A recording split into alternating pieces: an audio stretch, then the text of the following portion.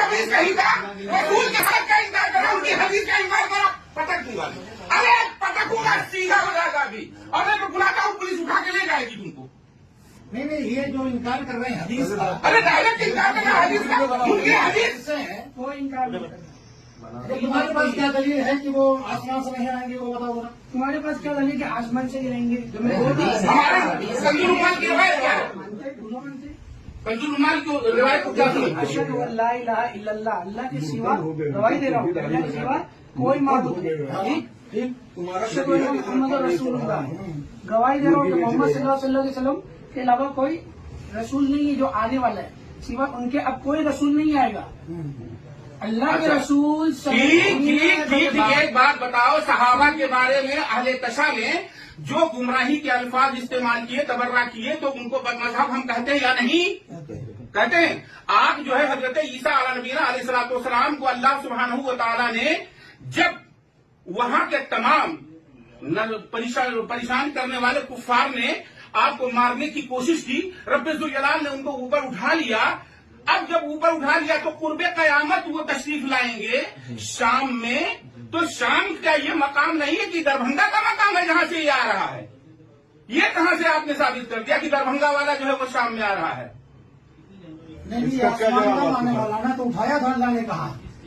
کہاں سے کہاں نازل ہوا، کہاں نازل ہوا یا ٹھہرا ہی کر تمہاری بات مان لیے. وہ شام میں آئیں گے تو یہ بہار میں کہاں پیدا ہو گیا؟ دیکھیے بھائی میں مانتا ہوں، تو مان.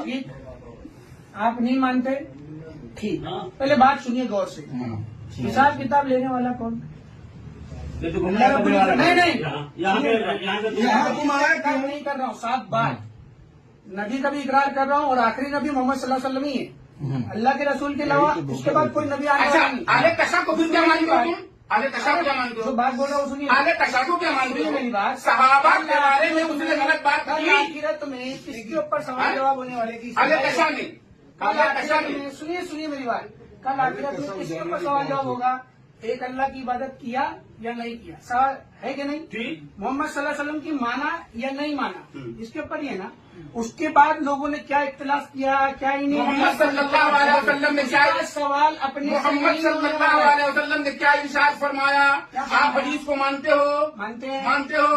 مانتے ہو؟ مانتے ہیں. اچھا.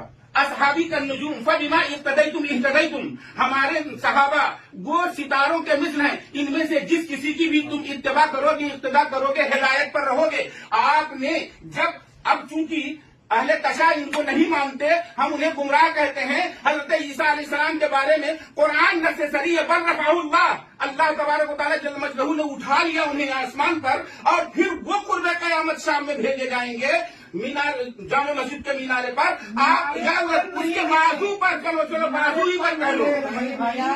ارے تم اس کا جواب کیوں نہیں دیتے؟ ایک منٹ میں تمہاری بات مان لیا، تمہاری بات مان لیا. سنیے نہیں سنے گا. پہلے کسی کے گھر میں ہے اور نہیں کرتا. سن پہلے زیادہ بکواس مت کر، بکراسی کر رہا ہے. نہیں مہدی کا نام یہ کہہ رہا ہے مجھے. مولانا ایک منٹ، مہدی کا نام کیا ہوگا جو آئیں گے ان کا نام کیا ہے؟